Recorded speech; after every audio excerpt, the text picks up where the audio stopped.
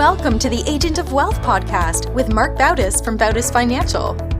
In this podcast, Marc helps guide you towards financial freedom, ensure you never run out of money, and create a balance in life that prioritizes what is most important to you. Join us for this journey as Marc draws from years of expertise and guest experts to solve the multiple wealth building challenges involved in your financial life.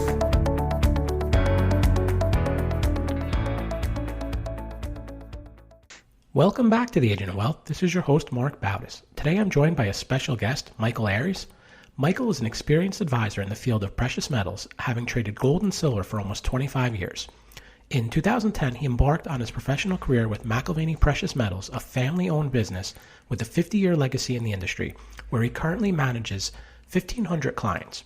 Renowned for their unwavering integrity, time-tested strategy, and personalized service, McAlvany represents the pinnacle of excellence among precious metal firms. Michael, welcome to the show. Well, thank you, Mark. Appreciate you having me here. I guess before we even dive in, can you just give us a quick high-level explanation of what precious metals are? What are the types of them for our listeners who may not be familiar with them? Yeah, gold and silver are the main precious metals. That's really an ideal alternative asset to have for protecting wealth. We can look at platinum and palladium as precious metals as well, but really to a very small degree. I would say gold and silver are the monetary metals. They're your inflation hedge, and they're really the store of wealth that has been around as long as human history. Going back to Genesis in the Bible on up till now, there's always been gold. It's been limited in supply. It's been used as money. And whatever nation or currency has ever come and gone throughout history, Roman Empire, Ottoman Empire, whatever, we go back to gold, and then until we find something else we trust, gold is that store of wealth that is always there. So even in today's technological age, it's still there. Yeah, so definitely want to touch on that, in today's investing. But I think whenever someone, an investor considers an alternative asset like precious metals, they always want to ask that question of why. You mentioned inflation. You mentioned it's been around a long time. What are some of the other benefits or reasons why someone would want to consider precious metals into their portfolio? Yeah, good question. I would say, we want to define gold as money. Money has to be a store of value. It has to maintain its purchasing power over time. The dollar doesn't do that. If you have a dollar bill in your wallet, you might say, "Oh, I've got money in my wallet," but it's not money. It's a currency. A currency you can trade for goods and services, but a currency, the faster you spend it, the better. If you want to have savings, if you want to put money away from the future, gold is that form of money where it can maintain its purchasing power over the long term. So if you need it to store that wealth for a long time, or you just need to store any wealth for a long time, gold maintains that. So yeah, that's part of the inflation hedge aspect as well. But I guess gold is tangible. It's a tangible form of money that has intrinsic value in and of itself. And that's one of the big things too. You can use the fancy term and say it doesn't have counterparty risk. Gold, a piece of gold, it takes a lot of time and energy and oil and manpower to get that out of the ground and make it into something. And so all of that value is built into it. You can't just go grow it on a tree. You can't just go grab it out in a field. It takes a lot of work to get it. So either you pay a lot of currency to obtain that gold, or you have to go dig it out of the ground yourself. So there's a lot of value built into an ounce of gold. And when you have it in your hand, that's it. You have that value. You're not depending on someone else to keep a promise in order for some investment or some form of currency to have value. You mentioned you can either have it or you have to dig it out of the ground. And if we look at the price of gold over time, it's up, it's increased. Why does the price of gold go up? Is it just the law of supply and demand? Like if you compare it to, let's say, a company, right? A company might be generating cash flow or they're earning profits. How does that correlate to gold and why the price of gold goes up? Yeah, good question, Mark. I think there's a paradigm where supply and demand comes into play, but more so with the price of gold going up, I really think it has to do with devaluation of our currency. So when our dollar gets printed out of thin air by the Federal Reserve to the tune of tens of trillions of dollars, there's more currency out there, prices go up. We see the price of goods of everything go up. You would think that you could print money and just make everyone rich, but it doesn't work that way. When something is scarce, it is valuable. When something is abundant, it's not valuable. So the more we make our currency abundant, the less valuable it becomes. And everything else that is scarce, requires more of that currency to buy it. So gold is scarce, it's limited in supply. If we print a ton of money, it goes up in dollar terms because it takes more of that currency to buy it. So you could almost look at it as gold has stayed still. Gold has stayed flat. Gold has stayed the same. And the dollar has gone down. And so the price of gold going up is just a reflection of the dollar actually going down that much in purchasing power. Now, we're talking a lot about gold and silver. What's the difference between the two in terms of an investment purpose? One thing I'd heard is that silver is used in different things, and there's more utility in silver versus gold, which doesn't have that much. I mean, it's obviously popular for jewelry. But why would one consider one versus the other, or should someone look at both? We do want to have both. They fulfill a lot of the same purposes, but they also have very different pros and cons and advantages. And part of what we do at McAlvany Precious Metals is have a good strategy for how much gold and how much silver to own over time and change that when appropriate for different reasons. So the main thing is gold is a store of value. For the most part, it is just hoarded and held by central banks, held by people, or used in jewelry and just used as a form of wealth. Very little of it is used for industrial purposes. Even though it's one of the best conductors of electricity, it's just so expensive. You don't see that used as much. Silver, on the other hand, it is a precious metal like gold, where it's limited in supply, it's valuable, people hoard it as money. But that's probably only half of the use, and the other half is industrial use, where it is used in electronics and various other applications. And the interesting thing with silver is there is no substitute for it. Mark, you can't say, well, silver's getting too expensive, we're going to use this other metal instead in our cell phones and our TVs and our computers for now until silver comes down. There's no substitute. So silver is used in electronics, in solar panels, in electric vehicles, in so many applications.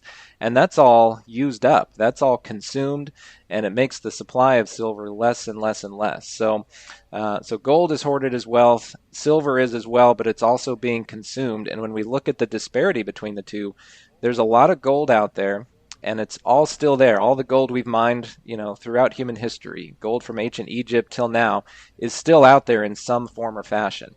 A lot of the silver, most of the silver we've mined has been used up to the point that it's not recoverable. It's, in all these electronics and various places, to where at these prices it's not recoverable. If prices go much, much higher to make it worthwhile, we might be able to go and get some of that silver back. But for right now, there's very little silver out there, very little to go around, and that adds to the dynamic of it, where it's more volatile, it has bigger swings in price up and down. There's just a lot less of it to go around. And when we can benefit from that to the upside, I think that's what's coming next for precious metals, is gold going up, silver going up even more and outperforming gold for a time. Are they still mining silver, or is it kind of trying to reuse some of the silver? And I guess the same question for gold too. Is there a lot of gold mining that's still going on as well? There's still gold mining going on, but we're finding less and less in the ground every year. There hasn't been any major gold discoveries for a couple of decades. It used to be that there would be a major tens of millions of ounce gold discovery like once per decade, and smaller ones multiple times per decade. And recently we haven't been getting that. We haven't been finding any more big discoveries. So we're pulling less and less out of the ground, and silver especially. We're pulling less and less out of the ground the last 10 years. So it's becoming more and more scarce. We're having to recycle what we can and what we can get our hands on. But the more that investor demand piles into coins and bars and starts hoarding that, then really, again, the less there's going to be to go around. And the supply and demand dynamics right now, the small amount of supply that there is versus the amount of demand and the amount of potential demand that's coming from currency devaluation, I think could drive the price up multiple times for precious metals. Double to triple for gold and maybe 5 times for silver pretty easily in the coming years. You talked a little bit about inflation, about currency devaluation. What are some of the other macroeconomic factors that go into price movements of gold and silver? Is it interest rates or geopolitical tensions, or are there other ones as well that come into play? all of those things are drivers for gold as well. So chaos and uncertainty in the world, that can be a big driver. When we don't know where the markets are heading, or when we think the markets are heading down because of Federal Reserve policy, gold and silver become a safe haven asset. They become the thing that actually does go up when other markets go down. Or if there's greater conflict in the Middle East or war somewhere else around the world, and there's uncertainty and there's supply shortages, and oh man, we don't know how this is going to work out or how bad the world's going to get. That chaos factor drives people to gold and silver as a safe haven asset because, again, it's always there. It always has value. It's real money. It's not tied to someone else or some company hopefully performing well. It just is what it is. So that chaos and uncertainty we're seeing in the world, and especially with the way it is in the Middle East right now, like you've got such a powder keg there. It could be just one rocket hitting the wrong ship in the Red Sea, and everything goes crazy and starts a much greater conflict. The geopolitical tension drives it up, and then with the Federal Reserve, usually when interest rates are low, gold is more in demand. As they raise interest rates, there's less demand for gold theoretically because it doesn't produce anything and you can earn interest elsewhere. But I think what we're seeing at this point is there are much greater factors between inflation and geopolitical uncertainty that even if the Fed keeps raising rates, I think that's going to be a drag on other markets, and money is going to move into gold and silver for safety and for liquidity. Yeah, I could see that. When you're at McAlvany working with an investor, and I know obviously every investor is different, but is the strategy a lot of times, or do you see most investors who, determine what percentage of their portfolio to put into precious metals and that's what they go with and that's what they stay with? Or is it more the allocation to it more actively managed, dependent upon some of those macroeconomic things that we just discussed? Yeah, I'm glad you bring up that point. That's one of the differentiating factors with McAlvany Precious Metals is our strategic outlook on the metals, changing our portfolio mix over time and helping our clients take advantage of that. So when we talked about silver being more volatile, it does have times where it outperforms gold to the upside. And if they're both coming down, it will underperform and fall further to the downside than gold will. And that creates this disparity in relationship that we can take advantage of. On either side, we can trade one metal for more ounces of the other metal. If silver outperforms, we'll trade some silver for extra free gold. And if gold outperforms, we'll trade our gold back into silver and get extra silver. So part of our strategy is, yes, first and foremost, how much do you want to put into precious metals of your portfolio? So there'll be a certain amount that folks will do. It may be 10, 20, 30%. Some folks, they don't trust the dollar, they don't trust the government. They want to have a good portion of their wealth in something real and tangible. But whatever someone lands on, they've got this amount where they don't have to worry about it. They can sleep well at night. It doesn't go away, go to zero. And then within that precious metals portfolio that they have, that's part of their greater portfolio, then we'll adjust the mix over time. Sometimes, like right now, we'll be heavier silver, maybe even 60 or 70% in silver, so that we can take advantage of what looks to be silver's outperformance coming next in the cycle, and then trade some of that for gold when we hit the right inflection point and we see the cycle over time and where it's hit certain high and low points. We'll let our clients know, hey, let's trade part of our silver back into gold. You're going to get this many free ounces of gold because silver has outperformed to such and such extent. And then we might be heavier gold and lighter silver for a time. So yeah, we'll have the foundation and we'll adjust it back and forth whenever we can gain free ounces. And then ultimately maybe scale back on our metals if they peak out and hit the end of this bull market that they're in. And there's other ratios we can look at, like the Dow to gold ratio, and see when it's at an extreme low or an extreme high, and whether we should be, buying gold or selling gold. What are the different ways to buy gold and silver? Can someone actually buy an actual gold bar or silver bar and store it? And you can also probably buy some kind of security that tracks the price of gold. What other ways can you buy it? So mainly what we do at McAlvany is physical precious metals, Mark, because we want to own it. We want to have full control over it. Part of the insurance aspect, the wealth preservation aspect of it is owning the gold, not owning a security that is tied to the price of gold, where again, there's counterparty risk, but just owning the gold. So we will deal in physical coins and bars and either ship them to folks or store them at a depository, or people can buy them through an IRA. You can do a precious metals IRA. They're stored at a depository in that case when it's part of a retirement account, but it's still physical metals that you own. There's still coins and bars that are part of that retirement account that you own. So yeah, actual metals, some people take delivery and keep them at home because they want to know they can get their hands on that form of wealth. Other folks will store it at a depository if they're not comfortable doing that, but it'll be held in trust in their name. It's not used for anything else. They're just paying a storage fee to have it kept there. So it's full physical ownership of that gold and silver. Do you see people also that want the exposure to gold or silver, but also would want maybe a cash flow? Are there ways to invest, in a company where they can get exposure to gold, but also maybe a dividend or some kind of cash payment? That's generally not our main focus when it comes to precious metals. So I have seen companies and programs out there where you can, loan out your metals and it can be used in industry and they'll pay a percentage back. And it's usually a small percentage, like 2 or 3%. But the way I look at it, we're not looking at, return or earning interest on our metals. I think it will be a growth asset because it has a lot of catch up to do to the amount of money we've printed. I don't think it's near its fair value yet. So I think it will go up in price and it will look like a growth asset. But the main reason to buy it is insurance for your money, or even just to have real money and not a devaluing currency as part of your savings. So it's mainly just to have something real and something that's going to maintain its value. Other things can earn you interest or earn you cash flow. What's interesting is if you have real estate, well, that earns you cash flow, and people appreciate that and like that. But precious metals are such a good complement because it's a tangible asset like real estate, but it's liquid and portable. So get your cash flow from something like real estate, that's great. With precious metals, you can sell it any day of the week for cash immediately. You can't always do that with real estate. And you can put it in your pocket and run away with it if you had to go somewhere else, and you can't take your rental property with you. So there's really a complementary aspect to it. You, I guess, bring up a good point about the liquidity aspect of it. What's the process for selling it? There is always a market for it. There are lots of dealers and coin shops that buy and sell precious metals. So for our company, we buy and sell, we make a market. You can ship stuff back to us insured, and we can always buy it back. So you're always able to liquidate that gold coin or silver coin.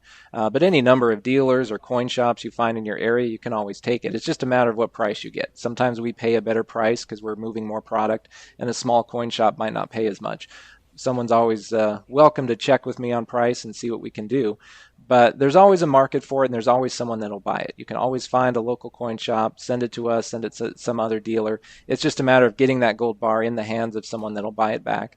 There is always someone that will buy it at the current market price, and it's easy to get rid of and get cash for. And I think the other thing that's interesting too is that it really is tradable as is. It's a form of money. It has intrinsic value. So people come to me and they'll ask, well, what's the best coin or whatever to barter with? They think maybe the grid might go down, the dollar might go away. I think that's a little extreme. I don't know if we'll get there. It's possible, but not probable. But people still want to know, can I spend my gold? Can I do something with it? Or if there's nothing else, what's the best one to use? Well, and you can. I mean, I've even in this day and age with our modern technology and with everything working, I've still traded precious metals for goods and services. I've traded gold coins in partial payment for a truck I bought. And I've traded silver bars for a house inspection service that I had done because, I talked to the guy and he was into precious metals as well. And he let me give him silver instead of cash for his service. So it is still usable and tradable as money for someone that knows what it is and finds it valuable. What do you see the popularity of digital currencies like Bitcoin, which maybe unfairly, but has been called digital gold? How do you see that impacting, or what do you see going forward for gold? I still see gold going up despite Bitcoin. I've seen, I think, very brief seasons or periods of time in the last number of years where it seems like money has gone from gold to Bitcoin just in sort of the hype and part of that phase. But I don't think Bitcoin has affected gold. Gold has gone from $200 to $2,000 an ounce in the last 20 years, and even in the last few years has doubled in price and is now breaking out currently above previous highs and starting a new run to just brand new territory. So I think there's a place for both. I don't know that I would call Bitcoin digital gold. Gold is gold, and it has its role, it has its place, it's tangible. You don't want to not have it. You don't want to replace it with something else because nothing does what gold does. But I'm not necessarily going to say only one or the other. If someone wants to buy Bitcoin, I think there's a place for that as being a digital currency, or trading it for profit or speculating in it. You just have to be very careful because it has had a lot more volatility than gold and silver has. It had a 60% crash from its peak. So it's something you have to understand and be trading properly or holding for the right reasons. But it's still something to have for its particular uses, but not as a replacement for gold necessarily. Yeah, well, Michael, we're just about out of time. I want to thank you for joining me on today's episode. I appreciate you sharing your expertise in precious metals and all the information you shared on the topic today. Before we go, how best can listeners contact you if they have any questions or find more about what McAlvany does with precious metals? Yeah, and thank you so much for having me, Mark. It's been great. Really, folks are welcome to call me directly, call or text me. My phone number is 970-459-4611. And again, it's area code 970-459-4611. Again, my name's Michael. Call or text, and I love helping folks one-on-one, advising, helping them tailor a strategy to their goals and just navigate the precious metals market so you don't have to try to pick and choose what to buy or how to do it. I'm here to help do that. Great. We'll link to that in the resources section of the show notes. Thanks again, Michael, and thank you to everyone who tuned in today. Don't forget to follow the Agent of Wealth on the platform you listen from and leave us a review of the show. We're currently accepting new clients, and if you'd like to schedule a one-on-one consultation with our advisors, please do so at bautisfinancial.com/call. Thank you for listening to the Agent of Wealth podcast. Click the subscribe button below to be notified when new episodes become available. The information covered represents the views and opinions of the guests and does not necessarily represent the views or opinions of Bautis Financial. The content has been made available for informational and educational purposes only and is not intended to be a substitute for professional financial planning and investment advice. Always seek the advice of your financial advisor or other qualified financial service provider with any questions you may have regarding your investments and financial planning.